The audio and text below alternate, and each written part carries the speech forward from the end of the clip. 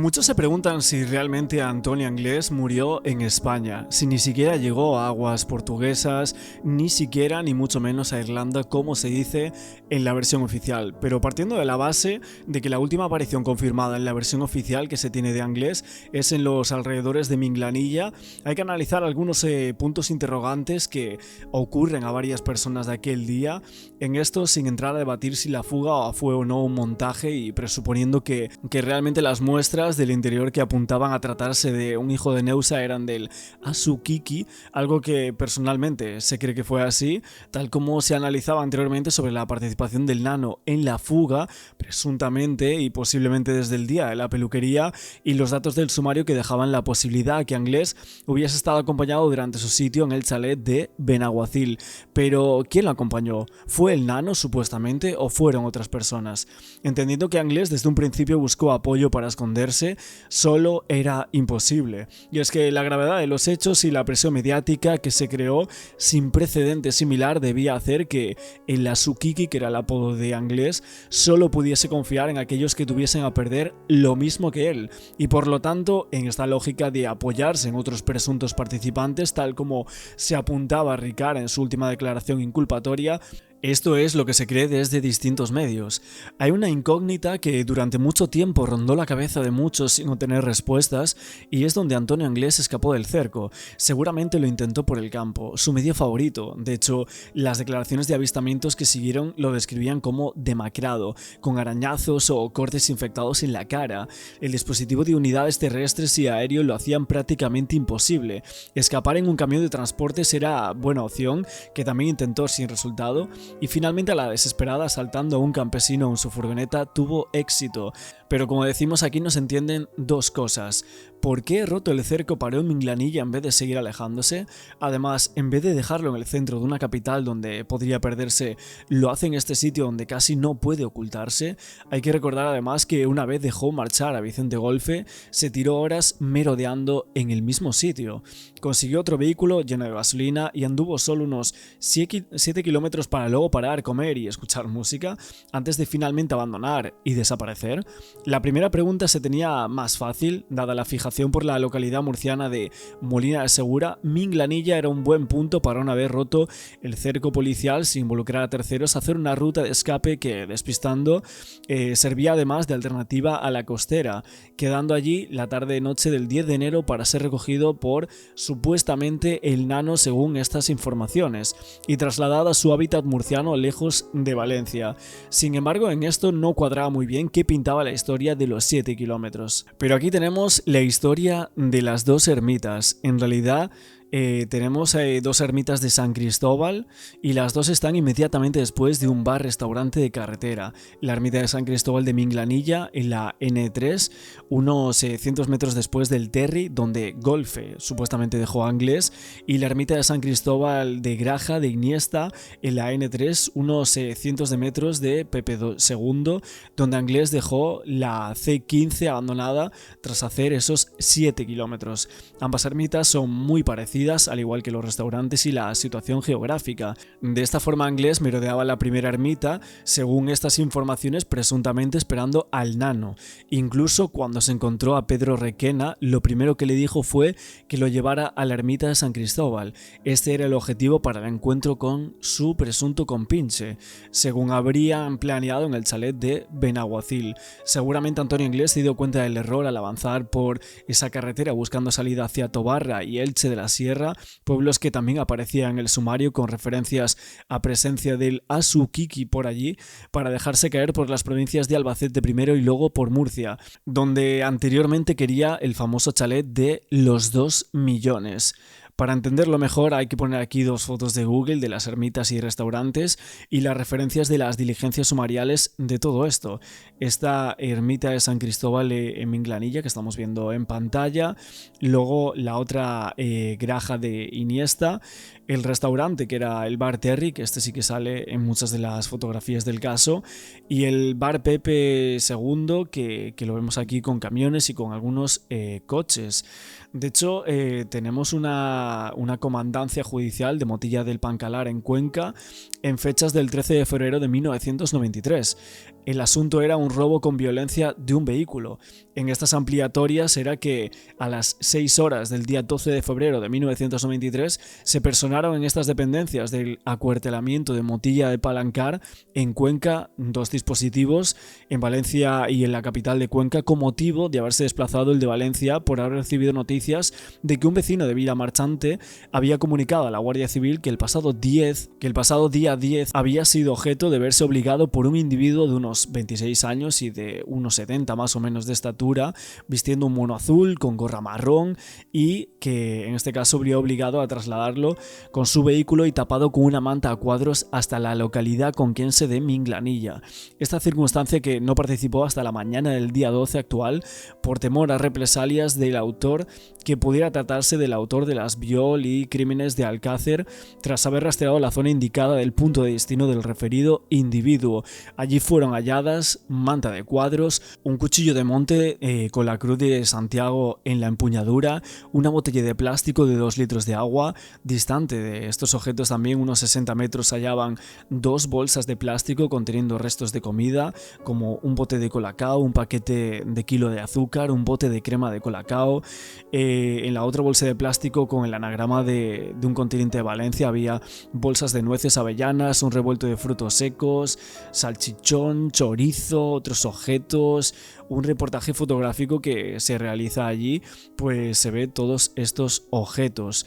Pero luego en el acta de inspección ocular en Minglanilla, en Cuenca, cuando son las 9:30 del día, este grupo señala el tema del restaurante Terry, que se haya construida una ermita de San Cristóbal desde donde sale un camino paralelo a la N3 dirección al pueblo, y entre la susodicha carretera se hallan los talleres Marco Volvo, y distante de la referida ermita a lo largo del camino fue encontradas las bolsas de plástico que estamos comentando con los restos de comida, mientras la manta, el cuchillo y la botella de 2 litros con agua fueron hallados en una oliva a unos 30 metros de la ermita en sentido perpendicular a la N3, lugar desde donde se divisa ambos sentidos de la vía.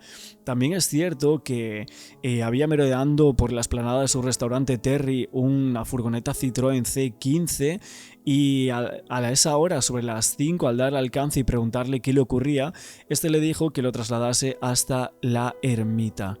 Oye, ¿le creéis al Mauri cuando dice que vio a Antonio Anglés saltar por la ventana de ese piso? Yo no es que le crea o no le crea, yo es que creo que no estaba, pero yo digo, es mi opinión personal, ¿eh? Yo creo que es mi opinión totalmente personal. El sentido de, hoy decía, no, pusieron un tablón de una viga detrás de una puerta para que él saliera. Y hoy alguien me decía, ¿y si ese tablón o esa viga era para esconder algo, alguna sustancia o lo que fuera, por el váter, porque llegaba la policía? Es posible, pueden ser 1000 cosas, pero no nos olvidemos, Axel, que es la familia. Y la familia van a defender a su hermano.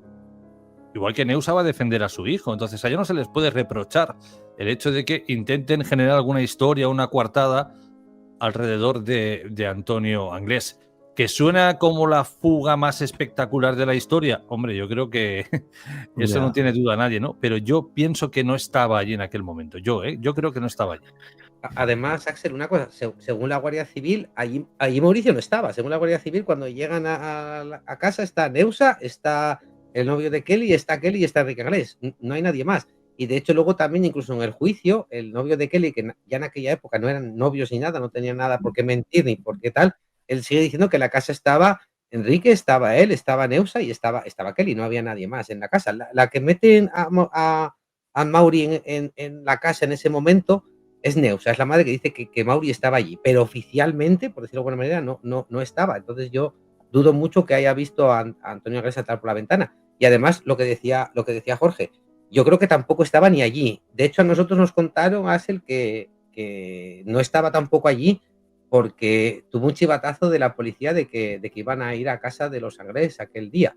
Probablemente la policía que chivó esto a los Anglés, porque hay quien dice incluso era confidentes, pero probablemente que dio este chivatazo, probablemente no sabía la gravedad de aquello, ¿sabes? La Guardia Civil supuestamente avisa a la policía de Catarroja diciendo, oye, vamos a ir, cuando aparecen los papeles y las niñas, vamos a ir a casa de los Anglés a hacer un registro y tal, y que ahí policía de allí de Catarroja que se chiva y dice, oye, que va a ir la Guardia Civil a haceros un registro. Y que Antonio Anglés sale por patas. Según nos contaron a nosotros, Axel. Ok. A ver, es verdad que la figura de Antonio Anglés quizás es lo más enigmático del caso Alcácer, porque es un prófugo, no se sabe prácticamente nada de él, lo que hay son testimonios de familiares o amigos en la época, y la fuga oficial y la versión que hay sobre la fuga es prácticamente surrealista, ¿no? Llegar a creer todo lo que él hace. Incluso con el último documental, ¿no? Este que sale en La Sexta, luego que está en Netflix, de Anglés, historia de una fuga, ¿no? Que dicen que le dan pauta en el City of Plymouth, ahí se tira en un momento, dicen que llega a Irlanda, luego desde Irlanda comete otros crímenes allí y luego, bueno, cuando ya se aburre de Irlanda se va a Brasil o a República Dominicana o a México incluso, ya a decir, ¿no? A ver, de todo esto, ¿vosotros qué os creéis de la fuga? ¿Estaba muerto mucho antes? ¿Llegó a entrar en el City of Plymouth? Esto yo se lo dejo a Jorge porque, como te digo, yo No, para no, mí no, no, Axel no, no, murió, no, porque yo aquí para mí es está muerto. el magufo y el conspiranoico y el oficialista. Yo creo que llegó a embarcar en algún barco. Lo que sí que es cierto que en los últimos meses tengo dudas de si fue en el City of Plymouth, porque otra información nos contaba que fue en otro barco y no fue en dirección a Irlanda, sino en otra dirección. Pero no podemos probarlo de momento. Todo queda un poco en teorías, en cosas que nos cuentan, pero que no tenemos esa información para poder enseñarla. Eso es lo que le falta a Hugo para acabar de ser ya un oficialista del todo. Yo creo, Axel, que lo asesinan, algún cómplice. Hay una cosa que yo sí me creo de Antonio Anglés, y me creo hasta el punto que se lo cree la Guardia Civil, porque la Guardia Civil llega un momento determinado, que aparece en el sumario, que les llega una información de que puede estar escondido, oculto en un piso de Valencia.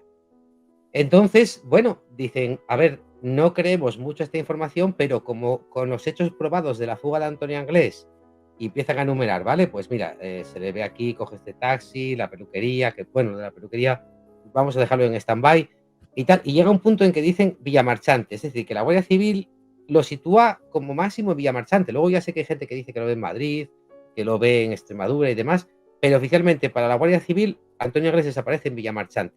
Investigan ese piso porque dice, bueno, como tenemos esta información de que desaparece aquí, aunque no nos creemos esta pista, no lo dicen estas palabras, pero bueno, vamos a investigarla. Y hay una cosa que sucede en Villamarchante que yo siempre me llamo mucho la atención, que es lo de la ermita, Axel, que es el tema de la ermita. Una persona, porque hoy tenemos internet, tenemos Google Maps, tú ahora vas a ver, oye, pues me voy a ir de viaje a Salamanca, bueno, pues sé que voy a pasar por aquí, hay este pueblo, me lleva no sé cuánto, pero estamos en el año 92, no hay móviles, no hay mapas de carretera, pero que no aparecen quizá esos puntos tan minúsculos en el mapa. Y lo que me extraña es que una persona que nunca salió de Valencia, como supuestamente era Antonio Anglés, lo último que se sabe de él es cuando está ahí en el Barterri y roba aquella furgoneta al dueño del Barterri. ¿Y qué le dice? Le dice, llévame a la ermita. ¿Qué pasa? Que en esa misma carretera había dos ermitas de San Cristóbal, del mismo nombre. Lo que pasa es que una estaba en un punto kilométrico y ya estaba unos kilómetros más allá. Eran dos ermitas muy pequeñitas, Axel. Entonces él, cuando supuestamente pues secuestra a este agricultor, lo lleva hasta Villamarchante y lo deja allí donde el Barterri hay una ermita de San Cristóbal.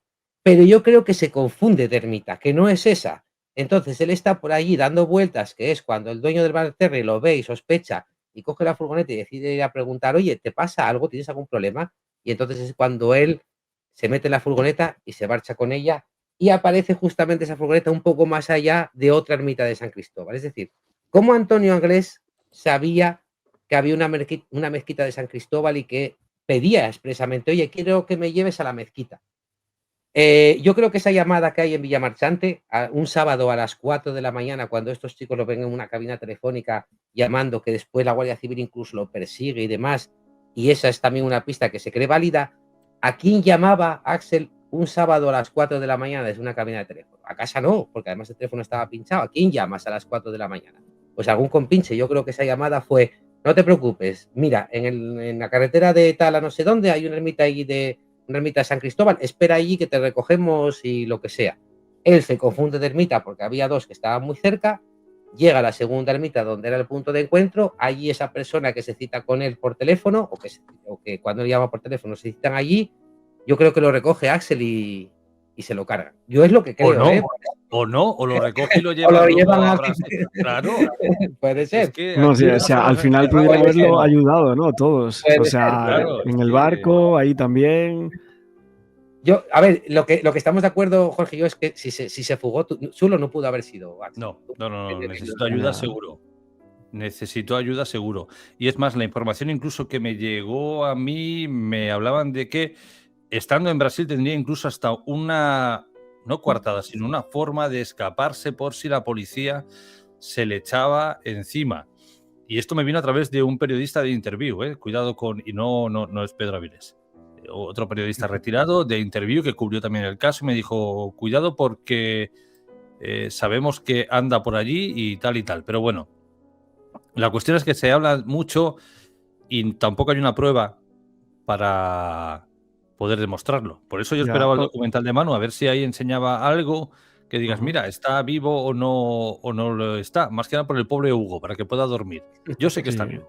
Yo no tengo duda alguna. No tienes ninguna duda de que está vivo. Yo no tengo ninguna duda. Okay. Y lo voy a dejar, no tengo ninguna duda. Pero a ver, que luego, claro, Mauri dice que cree que también que está muerto. Son opiniones, ¿no? De cada uno, y ahí lo voy a dejar. Sí. Oye, Manu parece que fue cambiando de opinión, ¿no? Porque cuando yo lo entrevisté creo que él pensaba que estaba muerto y ahora hace poco creo escucharle a él en alguna ocasión que cada vez piensa más que está vivo Antonio Anglés. Pero esto imagino, Axel, que nos ha pasado a todos, ¿no? Cuando uno empieza a entrar en el caso Alcácer viene con una idea de lo que ha escuchado y a medida que tú vas leyendo y te van dando información, vas cambiando de opinión. Casi todo el mundo entra en Alcácer muy conspiranoico, muy estilo Hugo, y al final acaban siendo más oficialistas.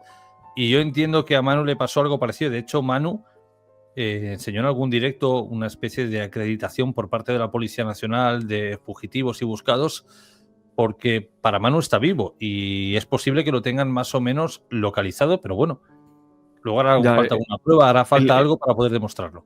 El Mauri, creo que en la entrevista que hizo con el olor del miedo, si no me equivoco, creo que mencionaba en varias ocasiones lo de Brasil.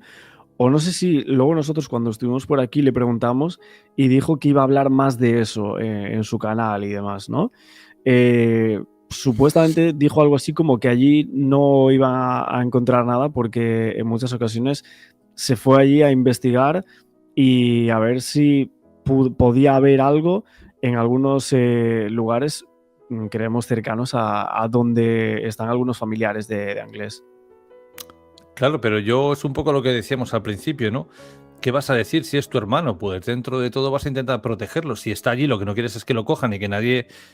tú imagínate que ha rehecho su vida o cualquier cosa de estas y lo que quieres es que esté fuera de todo esto que ocurrió, pues tampoco vas a decir, sí, mira, mi hermano está allí, e ir a buscarlo, ir a hacer una foto y que os dé una tal.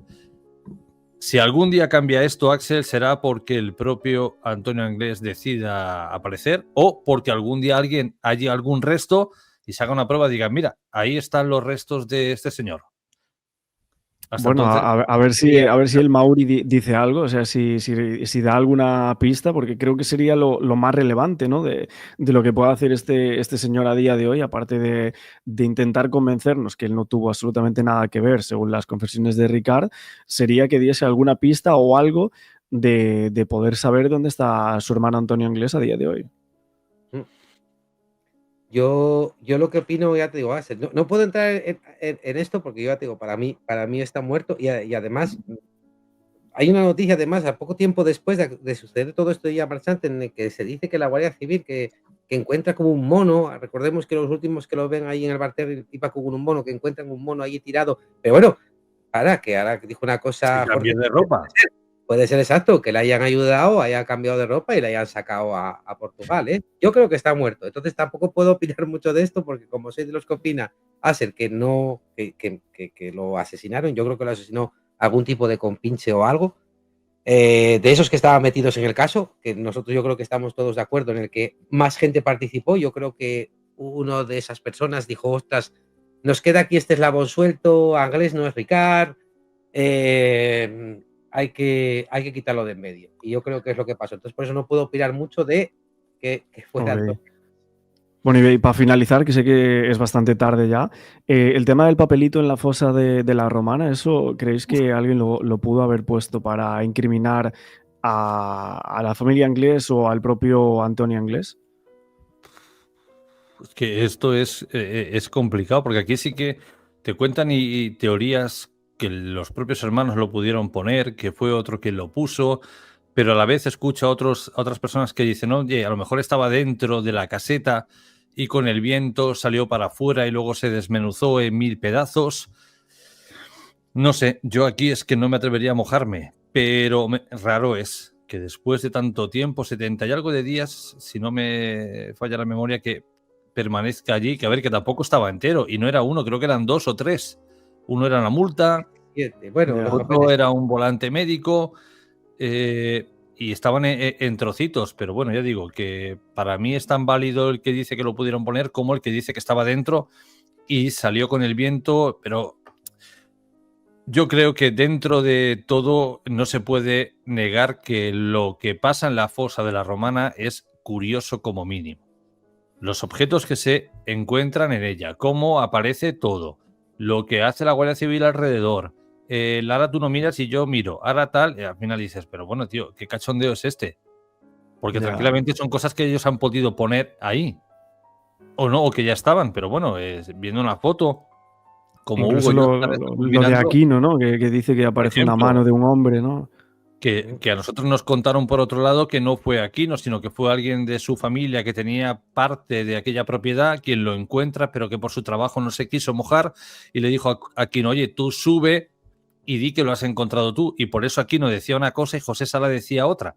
Porque Aquino sí sabía lo que iba buscando, pero José Sala no tenía ni idea de lo que iba buscando. Esta persona, evidentemente, le preguntan el cómo vestía el supuesto Antonio Anglés, que dice que llevaba ese mono azul, botas tipo chiruca, color marrón, una gorra color marrón similar a las de pana, y luego le preguntan que si llevaba barba de 3 días, etcétera. Él dice que sí, que creo que llevaba una goma blanca anudada a la mano o al brazo, y bueno, básicamente le preguntan si había visto alguna fotografía de Antonio Anglés y que el individuo del que se trataba en la presente declaración pudiera ser el mismo.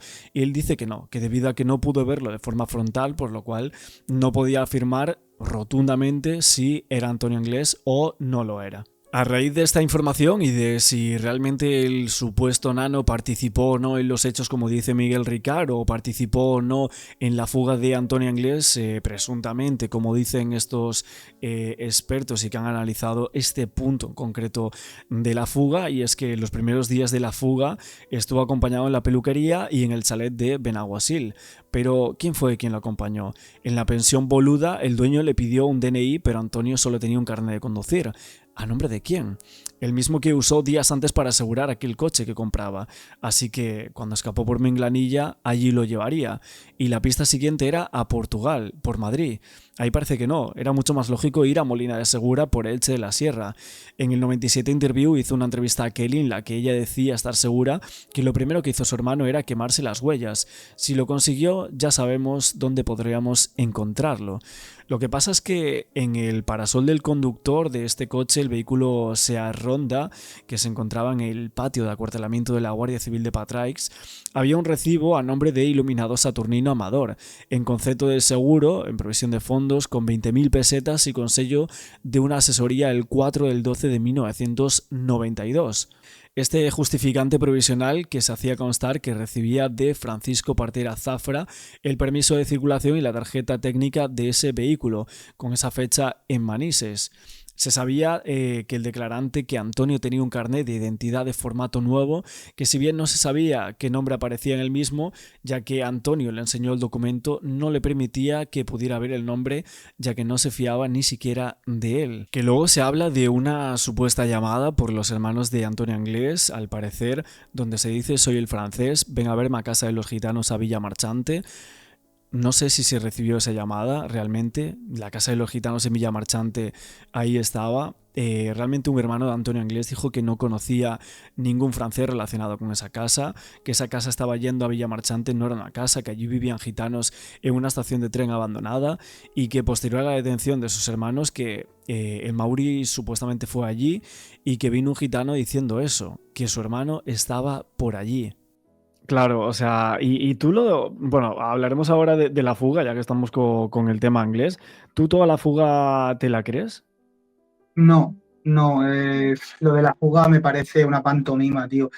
Más que nada por el tema de, mira, se dijo que fue a una peluquería, teñirse de rubio y que empezó a flirtear con la peluquera. Luego que fue a la pensión La Boluda o algo así, creo recordar, una pensión donde se quedó.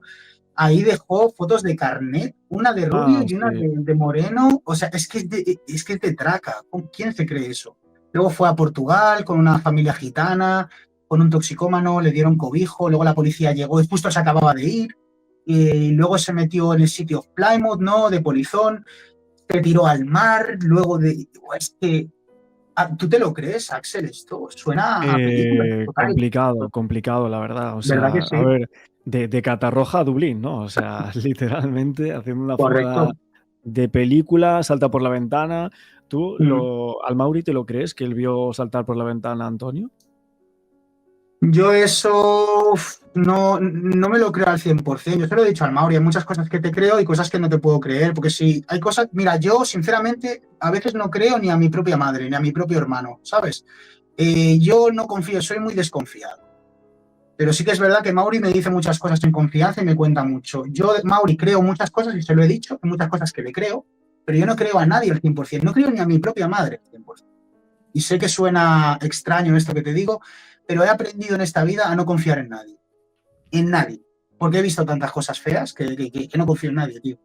Pero a mí, pues Mauricio me dice muchas cosas que sí que las creo. ¿Sabes por qué? Porque yo y él tenemos un contacto muy... Yo por eso lo trato bien, porque él me trata bien a mí y él me da muchas informaciones. Yo sé muchas cosas de Alcácer, pero no las puedo revelar porque no tengo autorización. Si Ok. tuviera autorización lo diría. El tema de Antonio Anglés, yo lo quería decir, pero no puedo decirlo. Yo solo digo lo que yo supongo. Dejemos que hable su hermano. Claro, a Antonio en esa fuga, ya en la parte final lo ven en el Bas, que es una localidad portuguesa que está cercana a Badajoz, y luego dicen que se ha cogido por esa familia que dices tú, ese drogadicto en Cascais, En que estaba Portugal. bastante cerca de Lisboa, y ya el 18 de marzo del 93, después de varias semanas escapándose, viviendo en Portugal, etcétera, dicen Ah, que hay un aviso, que esto a mí, bueno, me parece extrañísimo también porque dicen hay un aviso, la policía advierte de la presencia de Antonio Anglés en el territorio portugués, van allí, etcétera, e intentan pescarlo, ¿no? Lo que pasa es que huye otra vez. ¿Y en dónde huye? En el City of Plymouth, que es de sí, donde sale toda sí. la historia de Anglés, historia de una fuga y demás, que es lo último que hay del caso Alcácer de documentales. Y ahí va de polizón en ese barco con Sí. destino a Liverpool. ¿Tú lo del City of Plymouth crees que es verdad esa parte? O sea, ¿crees que él sí se llegó a embarcar ahí? Es que me suena, ¿sabes el juego del Grand Theft Auto? ¿El Grand Theft Auto San Andreas o el Grand Theft Auto? Me suena a eso, tío. Cojo, encañono a uno en un coche.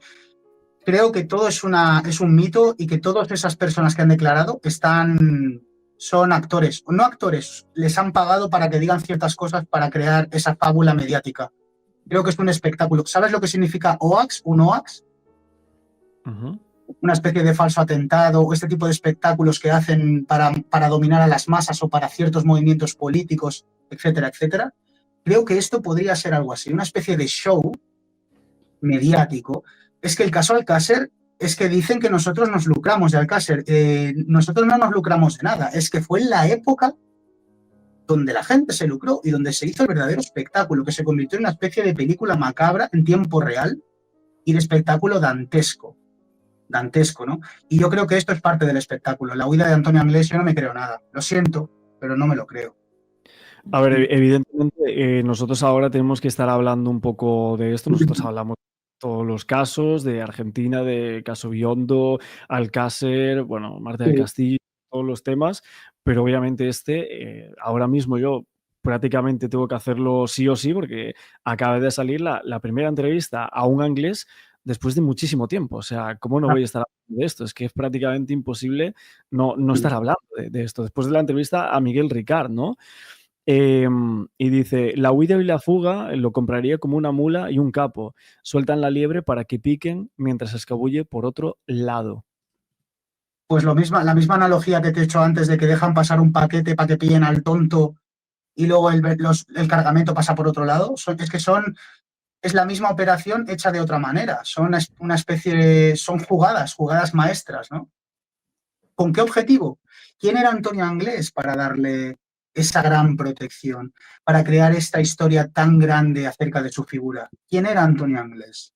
Eso solo Ahora, lo saben sus hermanos. Por eso tenemos que saber tratar a nuestros invitados y saber hablar con ellos, porque ellos decidirán si quieren dar más datos. Pero si los presionamos y los tratamos mal, no dirán nada y nos quedaremos sin datos y os quedaré sin entrevistas. Así que dejar de insultar, dejar de presionar, dejar de insultar a Mauricio, dejarle que hable, porque estáis tirando piedras en vuestro propio tejado de entretenimiento. No os vais a poder entretener, marujas, no vais a poder saber nada más.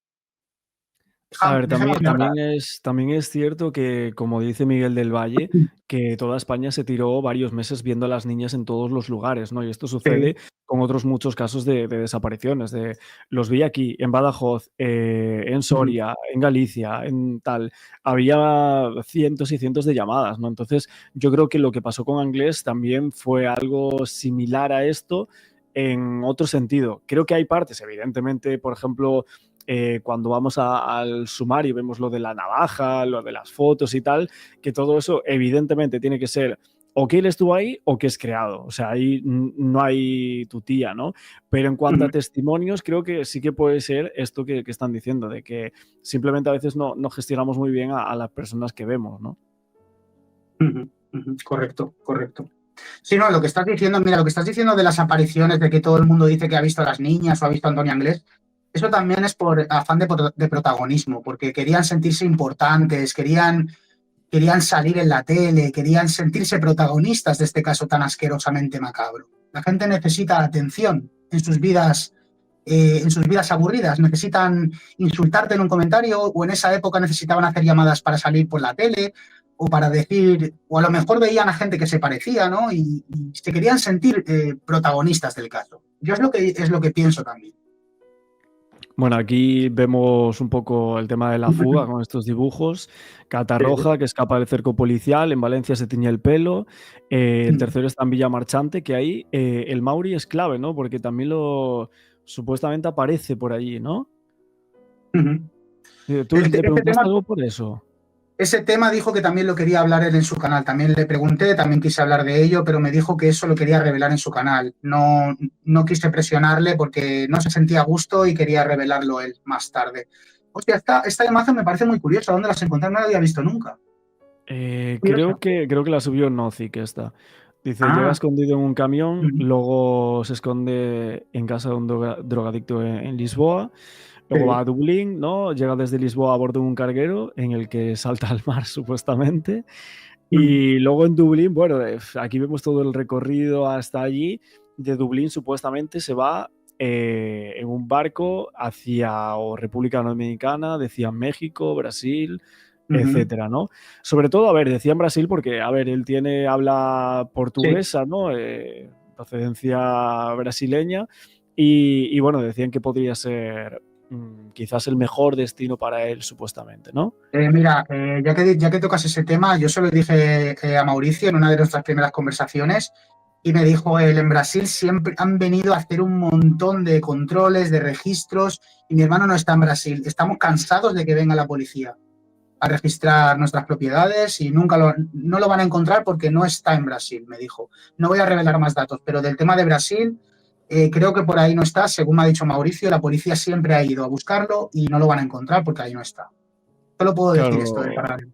Es verdad, porque el tema Brasil fueron en muchas ocasiones, de hecho en ese documental como que se ve que van allí a preguntarle, ¿no? A la familia, a algunos familiares, ¿no? que aún viven allí en esta zona Correcto. y si pudo haber algún tipo de contacto, algún mensaje que le apareciese por allí, que Sí. hubiese algo, ¿no? Pero tú realmente dices que no hubo absolutamente ni rastro de él por allí. No lo digo yo, lo dice su hermano. Ya en las declaraciones de Miguel Ricard, él dice que no conoce a este tal Nano y que sería Mauricio Inglés o su hermano Antonio quien conocerían a esta persona, que dice algo así como que al tal Nano no volvió a verle, siguiendo relacionándose con los Anglés por no tener más remedio. Luego dice también que las niñas estaban en la carretera haciendo autostop y fueron recogidas por ellos, que en el coche iban Antonio y Mauricio, supuestamente un chaval que no conocía de nada, y el declarante dice que a esta persona presuntamente era al que le llamaban el tal Nano. Miguel Ricard, según esta declaración, dice que no había visto nunca a las niñas, que las chicas le dijeron que las dejasen a la discoteca en la carretera general pasando Picassent y que en lugar de trasladarlas a la discoteca Color, las trasladaban al lugar de los hechos. Conducía Antonio Inglés, según lo que dice en esta declaración, y que una vez en el lugar bajaron a las niñas del coche. Miguel Ricard indica que pasaba de historias, que los otros se las llevaron a unos 100 metros de donde estaba el coche, que quedó estacionado en un camino forestal y que entonces empezaron a golpear y hacer otro tipo de fechorías, ¿no? Y les dijeron que las viol por las buenas o las malas, que quien más pegaba era Antonio y que después las tiraron al suelo y se supone que le hicieron todo eso. Según las declaraciones de Ricard, para que dijese si podía aportar algún dato sobre ese tal Nano, decía que era de pelo moreno, 1,75 de estatura, piel moreno, con voz agitanada y callejera, pelo liso y normal, cuerpo atlético y de unos 26 o 27 años también en aquel momento. Claro. De hecho, a mí me suena que en la entrevista del Rincón del Disidente, Fernando García, bueno, el Manu le pregunta a Fernando García por la figura de Hervás. Y creo que públicamente, no sé si dijo que pensaba que no tenía nada que ver con el crimen. Por eso, hasta ahí puedo leer, no sé si. Yo creo que Ok. Jorge, que sabe por dónde voy, pero bueno, hasta ahí. Luego, no sé si un tío de Hervás, presuntamente. Yo llegué a escuchar que en el caso Macastre había estado investigado por ese caso. No sé si vosotros escuchasteis algo sobre eso. No sabía nada ¿No? de esto, ¿no? No. Yo sí que es cierto, estoy haciendo memoria ahora, ¿eh? Alguien hace Sí. poco nos comentó que habían ciertas coincidencias, pero no recuerdo si era Un con el familiar, ¿no? con algo de De Hervás. Macastre, sí que es cierto que había conexiones con alguien del caso y del caso Macastre, pero no te podemos contar más porque de momento no hemos profundizado en ello. Nos Vale. comentaron algo, pero si te digo que era el tío de uno o era el primo de otro, te estaría mintiendo porque no estoy Sí. del todo seguro. Manu tiene que sacar el documental. Manu, que se te pase el bajón y sácalo, porque así nosotros podremos decir ya, descansamos, nos desahogamos por decir ya, lo sabíamos, teníamos esto. Sí. En fin, es Y lo la que... figura del Nano, que, a ver, sé que Es que Miguel... Axel yo estoy siguiendo el chat y le están diciendo, apriétales por el nano. Eso se lo dejo a Jorge. No, El nano no para es ti, Jorge. justo. El Bueno, nano te lo dejo a ti. ¿qué pasa con el nano? El nano es un mote muy, muy valenciano. Sí, ¿vosotros sabéis quién es esa persona? O sea, ¿lo conocéis? Por conocer que quiere face to face, cara a cara. No, me refiero, ¿habéis escuchado Sí, de él? sí, ¿Sabéis sí, su nombre, su Sí. procedencia? todo. Todo. O sea, ¿es iluminado el nombre de esta persona? No, que además ese ¿No? nombre es súper llamativo, ¿no? Saturnino iluminado o iluminado Sí. Saturnino, que dices, Amador. Saturnino Amador, Amador. en este Sí. caso con el nombre de iluminado, que al parecer es un nombre cierto, dice, pero vamos, te va al pego con todas las teorías que hay que giran en torno al Alcácer, pero no es ningún nombre de los que circulan por ahí, pero de hecho sí que diremos que el Mauri creo que era verdad, Hugo, en uno de los juicios hace mención a alguien No, del entorno de él. sí. Le preguntan, llega un momento que le preguntan en el sumario, le preguntan por él y él no dice el nombre de esa persona, pero sí se refiere a esa persona, Axel. Se refiere a esa persona. Ok. Si no, o de récord ya te diremos en qué exactamente, pero Mauri ya apuntó a él y al parecer no tiene nada que ver porque no en el crimen, al parecer, supuestamente estaba estaba en prisión. Estaba en prisión en aquel momento. Claro, es que Sí, es bueno, ¿eh? la gente que vea tu canal tiene que entender que hay muchas cosas que no se pueden contar o que no podemos contar, ya no solamente porque nos hayan dicho que no, sino porque esto sería liar más la bola aún. De momento son acusaciones que ha lanzado una persona y que no las puede demostrar de ninguna manera. Y lo que haríamos sería, primero, acusar a alguien o poner a alguien en el foco público que a lo mejor luego no tiene absolutamente nada que ver con todo esto. Y aunque tenga algo que ver, tendrá que ser la justicia, si es que dudo mucho que se pueda hacer algo a día de hoy, que diría que no, quien tenga que apurar responsabilidades. Pero bueno, de momento ha servido para que le digamos a la gente, oye, todo lo que está diciendo de tal Iluminado, Saturnino Iluminado, no es. El tal Rata no es. El Cortona no es. El otro no es. De hecho, el nombre del nano aún, me parece que solo se lo he visto pronunciar a una persona una vez en uno de los directos.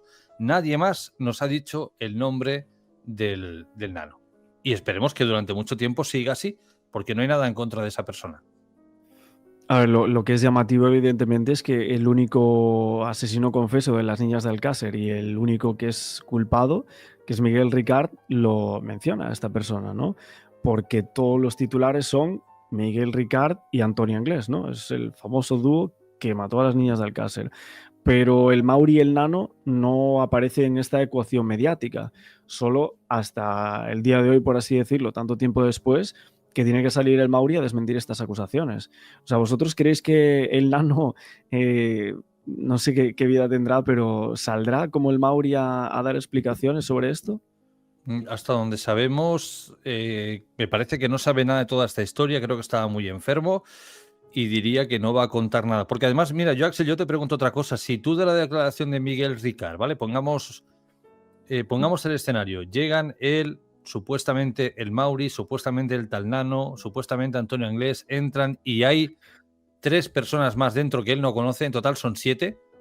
Si de estos 7 quitamos a 5, que sean el Mauri, que sea el Nano y que sean estos 3 desconocidos, ¿qué queda? Antonio y él. Entonces, ¿qué grado de responsabilidad le tocaría a él? Claro, cuantos más elementos añadamos a esta historia, menor grado de responsabilidad asumo yo. Porque si hay muchos más elementos externos, les voy echando la culpa a ellos y yo estaba allí. Ahora, si solo somos 2, claro, la historia hay que dividirla. Y ya no es que pasaba por allí, es que sí o sí yo fui a lo que fui. Yo lo que me extraña, Axel, un poco por lo que tú decías ahora mismo, que ahora, después de 33 años, vuelva a hablar otra vez o vuelva a acusar al Mauri de aquello. Ya lo hizo en su día y ahora, 33 años después, vuelve a hacer lo mismo. Ayer, por ejemplo, decía en el directo, no sé si estará Mauri por aquí viéndonos o no, espero que sí, o ayer viendo nuestro directo. Yo creo que Mauri lo que tendría que hacer, bajo mi punto de vista, ni polígrafos, ni acusar a la gente, ni amenazar, ni nada de nada. Punto número 1, porque el polígrafo no te va a servir de nada en el sentido de que, un poco lo que comentaba Jorge al principio, Alcácer es blanco o negro, no hay grises.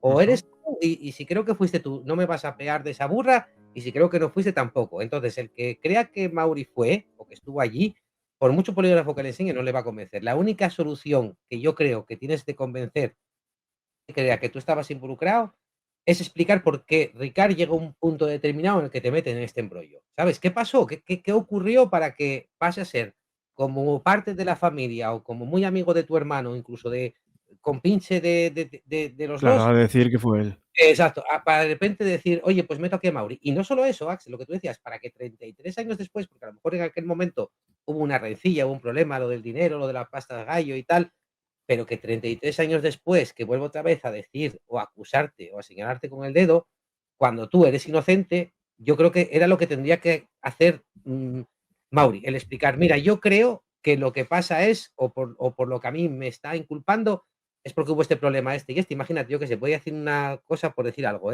Axel, yo que sé, que en el atraco que dimos en Buñol en aquellas fechas, no le repartimos el dinero y él luego necesitaba ese dinero para pagar un abogado, por eso dice, oye, darme el dinero, voy a contar cosas y tal, y como Ujú. no le di el dinero, se vengó y decidió meterme ahí en Claro, ese... lo que falta es una explicación a por qué Exacto, realmente lo mete en esa ecuación, ¿no? El por qué exacto, él pueda llegar a creer a día de hoy que lo menciona en aquel momento y que lo menciona a día de hoy. Una explicación exacto. plausible a eso, porque evidentemente alguien no te menciona en cuanto a un crimen porque sí, ¿no? Eso es bastante complicado que suceda, ¿no? Que luego llevaron a mi marido a Patrais, fueron a buscarlo al campo, al campo, se lo llevaron a Patrais para que mi marido reconociera la manta que se había llevado Antonio Inglés a la puerta y no querían devolvérmelo al pueblo. Dijeron que ya se podía marchar. ¿Cómo Ja. iba él a venir al pueblo si él no sabe ir ni por Valencia, sino va conmigo? Bé, Dolores, agraís que hagi participat en este No, le programa. agradezco soy yo muchísimo. Ve. Y le agradezco mucho a ese señor que haya dicho lo que ha dicho para que mi nieta la haya podido oír. Continuarem, Fernando, després Y en d'esta la pausa. peluquería no le peguen a la Sí, nieta lo molt que le ha breu. dicho. Dolores, molt breu, perquè se n'anem a publicitat. Sí, Fernando, li vale, vol vale. dir alguna cosa? Senyora, me sent? Sí, don Jo Fernando. sí. volguera des d'ací dir-li una cosa a vostè perquè li ho transmetisca tant al seu home com a la seva neta. Vull que es doni un bes a cada un de la meva part. Y yo también les pone a usted vendrán. Moltes gràcies. Yo busco a usted medio que usted se imagina. Buenas tardes y perdone. Gràcies. Adeu, Dolores, Adiós, moltes gràcies. adiós. Agraïts. Fem una pausa i tornem tot seguit. Recorden que poden participar a través de les nostres línies telefòniques i que l'últim bloc de programa estem fins a les 9 i ara falten 27 minuts per a les 8. Doncs vostès poden plantejar així els seus dubtes i els seus comentaris. Ens havíem quedat en la fugida d'Antonio Anglés, havíem arribat des de Vilamarxant fins a Minglanilla. Què passa a Minglanilla? Allí, què fa Antonio Anglés? Aquestes són algunes de les imatges, estem mirant, de la població de Minglanilla, a Conca.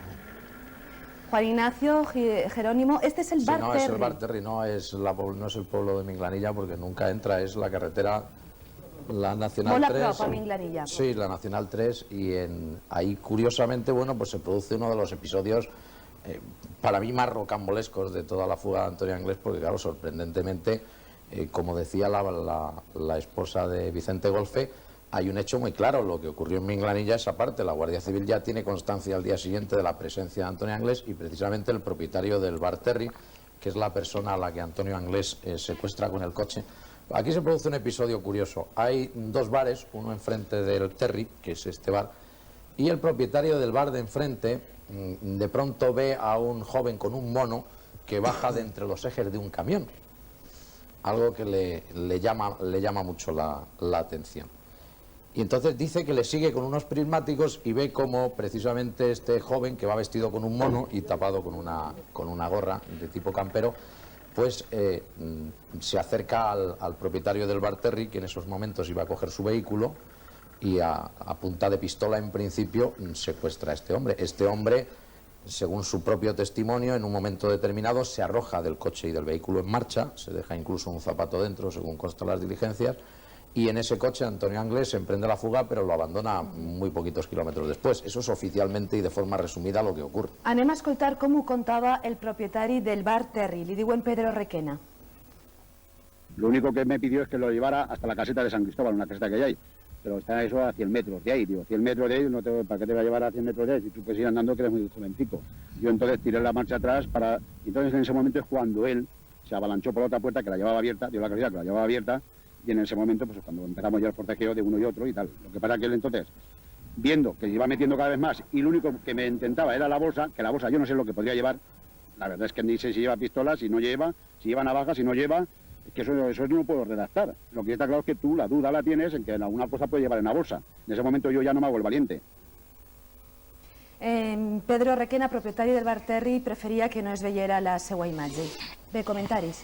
Sí, no, el comentario es que precisamente esta persona se arroja del coche en marcha y en ese mismo momento aparece un Land Rover de la Guardia Civil. Y el señor Requena dice que ese que va en ese coche es Antonio Anglés. Inexplicablemente, yo no...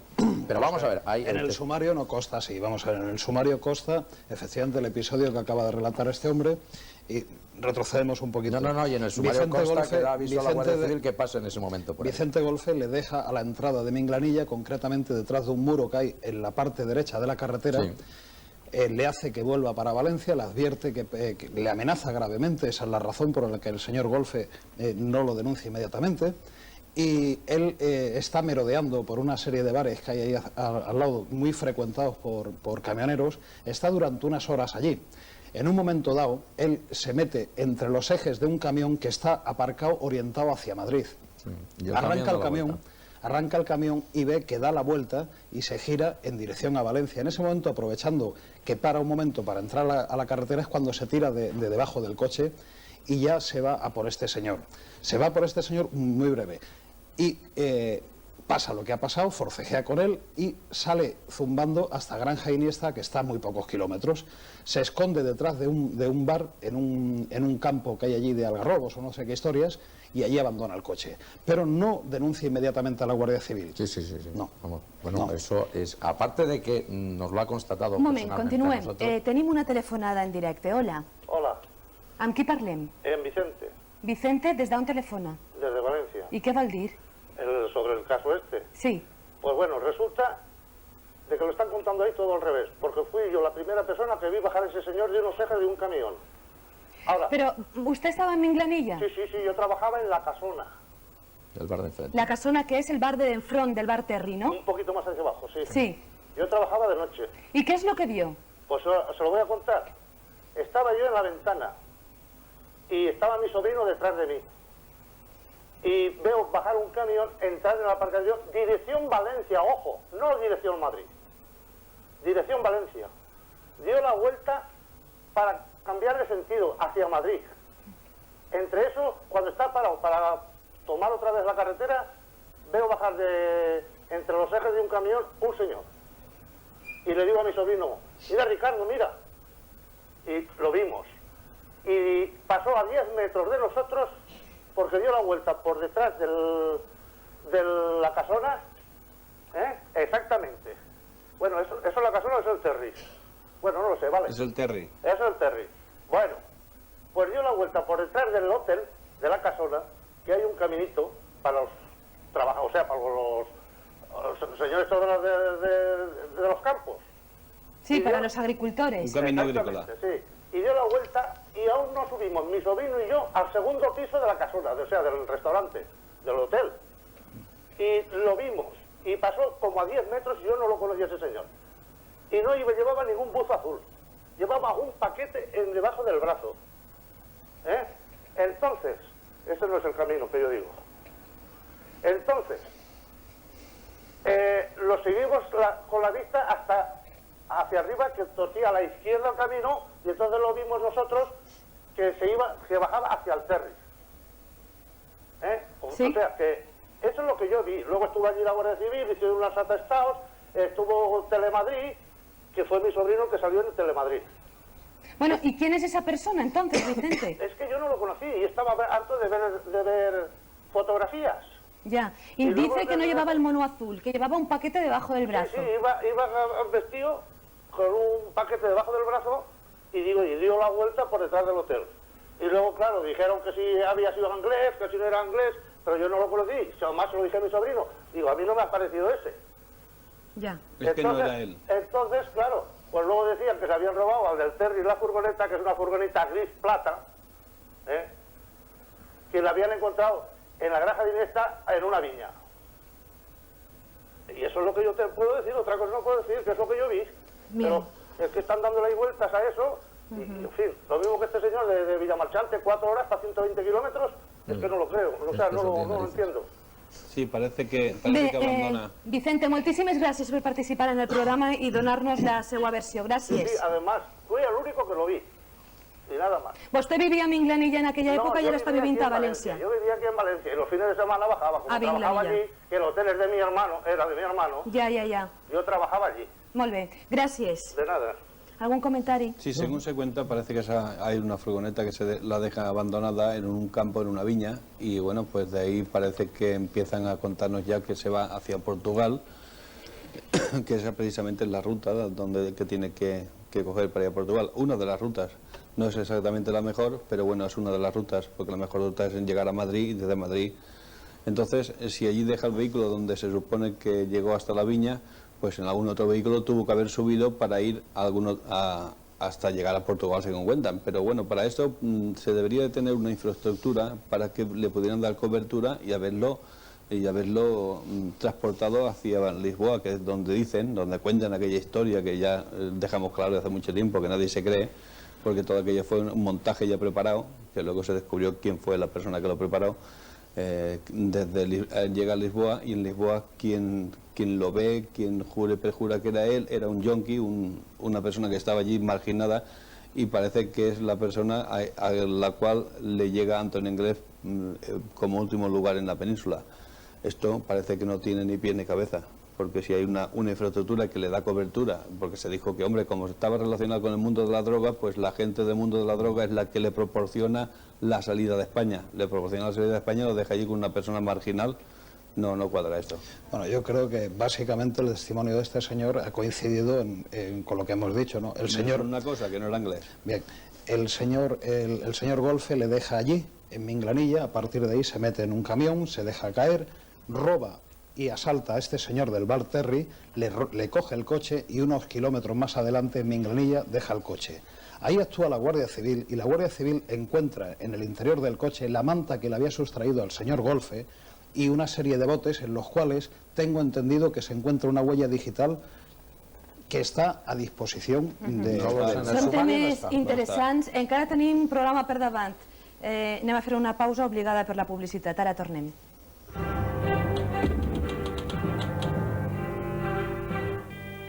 Creo que está muerto. Yo creo que mi hijo cuando se tiró en agua la última vez ya no salió más. Ya se quedó, ha comido un tiburón, o que la misma era del barco que había, la ha hecho ya. Esta és l'opinió de la mare d'Antonio Anglés, Neusa, que el seu fill està mort. És una de les hipòtesis que algunes persones barallen també. Algun comentari? Sí, però no per l'hèlix del barco, perquè això ja alguna vegada ho he dit jo, ho he dit públicament, i hasta inclús esta gent en mi, Blanca Estrella, esta dona que arriba un moment i se va fer enemiga meua per raons particulars d'ella, i van dir que això, tota aquesta fuga d'anglès que estem contant, va ser un muntatge que José Luis Corcuera, que era ministre de l'Interior en aquell moment, va muntar. I se va dir que això se descartava tot perquè era algo que havia muntat perquè l'opinió pública pensara que Antonio Anglés havia escapat i que havia quedat ahí en aquestes aigües gelades, mort. Tu, Kelly, que com a germana d'Antonio Anglés, com a coneixedora del seu caràcter, de com és ell, creus que el teu germà està mort o viu? Es que no sé qué pensar. A veces pienso que puede estar muerto y a veces pienso que puede estar vivo. Es que es muy difícil concretar eso. ¿Tú te imaginas, Kelly, que llegaras ahora a tu casa y te lo vieras ahí sentado en una silla esperándote? Sería muy fuerte. Sería demasiado, ¿no? Sí. Tu en alguna ocasió has comentat que el teu germà seria capaç de cremar-se els dits per a no deixar l'empenta dactilar. Sí, seguro, seguro. Si está vivo, lo ha hecho seguro. Es más fácil ponerse unos guantes. No hace falta tampoco quemarse. No, pero es por si se ha cambiado la imagen y lo cogen. ¿Cómo pueden averiguar que es él?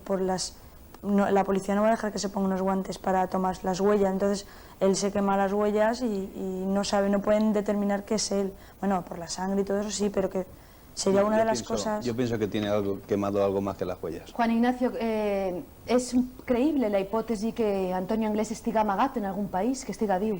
No, sinceramente no. Es francamente difícil. Hombre, mientras no aparezca su cadáver, cualquier posibilidad siempre es real, pero sería un caso único en la historia del mundo. Estamos hablando de uno de los 10 delincuentes hoy en día más buscados del mundo por la Interpol.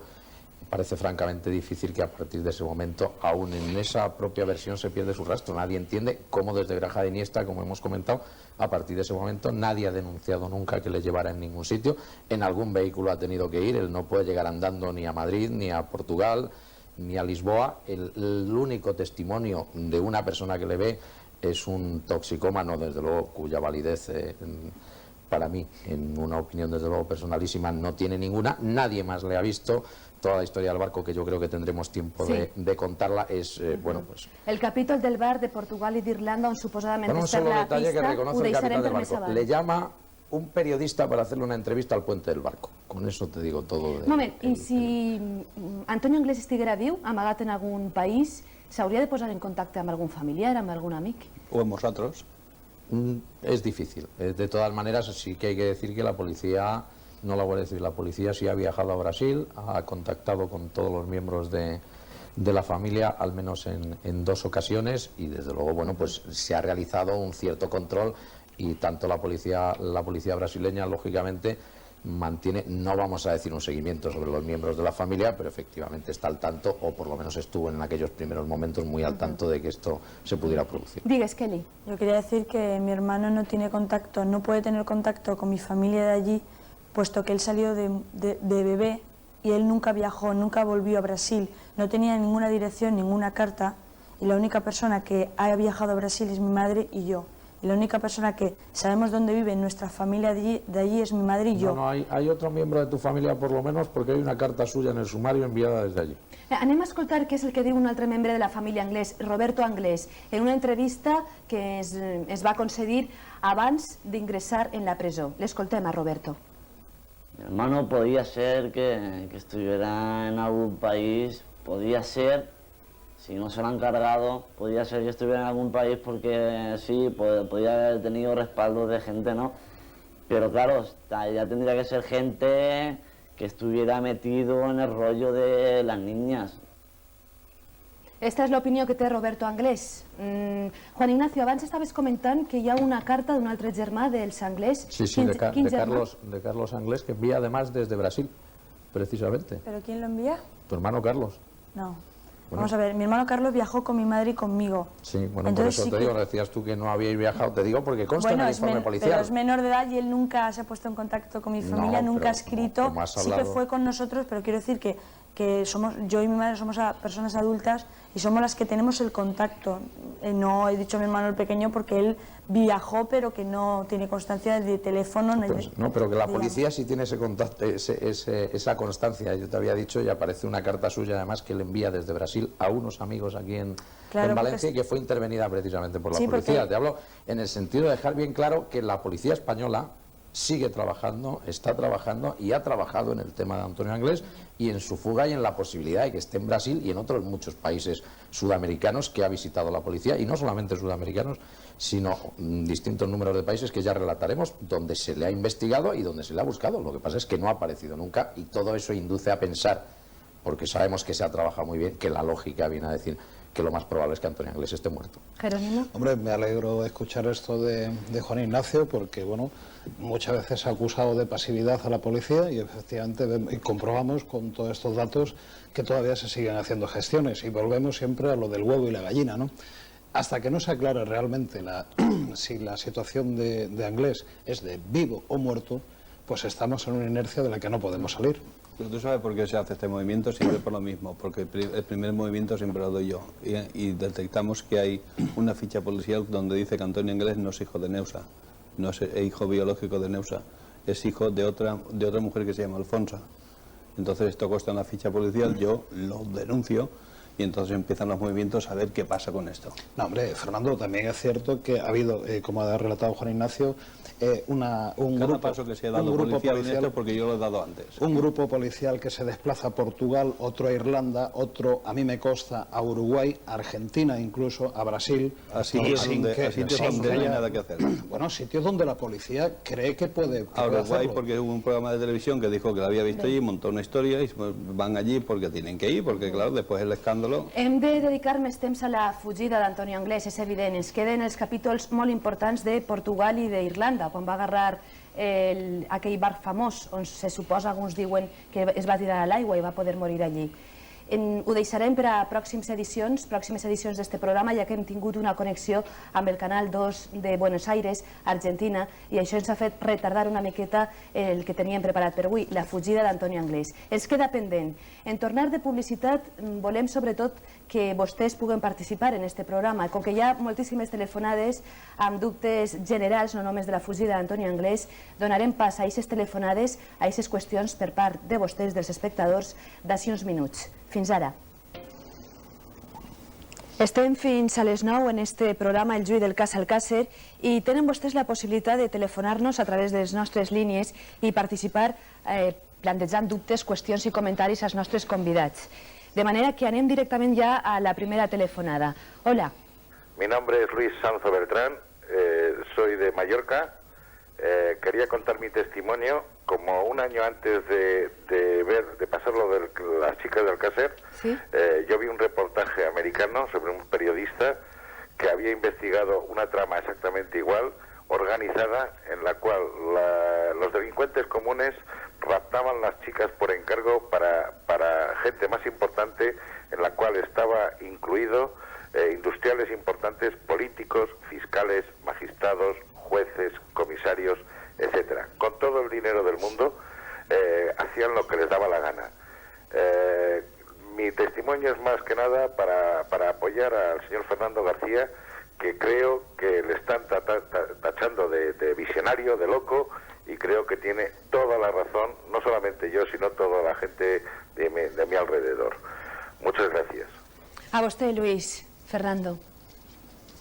Bueno, sí, quizás a lo millor se tacha en excés a Fernando García, la meva persona de visionari i de loco, però bueno, crec que el temps sempre dona la raó a tot, i nosaltres el que estem fent és tratar d'evitar totes aquestes coses, perquè la realitat està ahí, és dura, és increïble. Jo tinc que dir que les primeres vegades que vaig sentir parlar d'aquestes coses, per mi era molt increïble que poguera assistir gent que poguera disfrutar ben com alguna persona li pugui enfermar, li pugui causar-li la mort, però la veritat és que existeix i tenim les proves, tenim aquesta policia europea que s'ha creat per perseguir aquests delictes, i bueno, pues estos dies darrere, esta mateixa setmana han trobat en França detès a 600 persones de totes les classes socials altes, vamos, que estaven dins sumeses en la pederastia, i crec que n'hi ha així com a 300 pel·lícules on hi ha xiquets espanyols gravats i estan circulant per tota Europa. ¿Existen estas tramas, Jerónimo, Legari? Bueno, efectivamente estas tramas existen y han existido, ¿no? Lo que yo no puedo decir, y además no me atrevo a decir, es que esta trama se pueda dar en este caso. Yo en este punto discrepo totalmente de la opinión de don Fernando García y creo que en lo actuado hasta ahora no hay ningún indicio que pueda permitir pensar que en este caso estamos ante una trama. En la teua trajectòria professional, Jerónimo, com a policia, t'has trobat en algun moment investigant alguna d'aquestes trames? En una trama... ¿O tens constància d'altres companys que ho hagin fet? Bueno, yo tuve la ocasión de participar en la operación más importante que se ha hecho de desarticulación de una banda de prostitución infantil en España y, bueno, considerando que el abuso de los menores es pederastia, pues sí, estuvimos investigando aquello y no era tan organizado por los clientes, digamos, sino era organizado por parte de una serie de proxenetas que hicieron de la explotación de los menores un negocio pues absolutamente repugnante. Pero en España, que yo tenga constancia, no existen hasta ahora grandes organizaciones de este tipo. Han aparecido puntualmente en algunos sitios, como dice Fernando, recientemente en Barcelona parece que ha aparecido una historia de esta de pederastia, pero vamos, afortunadamente en este país no son muy abundantes. Yo discrepo totalmente con lo que está diciendo Jerónimo Blois, porque este mismo año hemos tenido la oportunidad de ver cómo en Valencia se juzgaba a una red de pornografía infantil que había filmado a 64 niños menores de 12 años realizando actos pornográficos. Estamos hablando de 64 niños valencianos de menos de 12 años filmados por pederastas cuyas cintas no solo se vendían en España, sino en muchos países de Europa y concretamente en Estados Unidos, y que tuvo que venir, como bien sabe Jerónimo.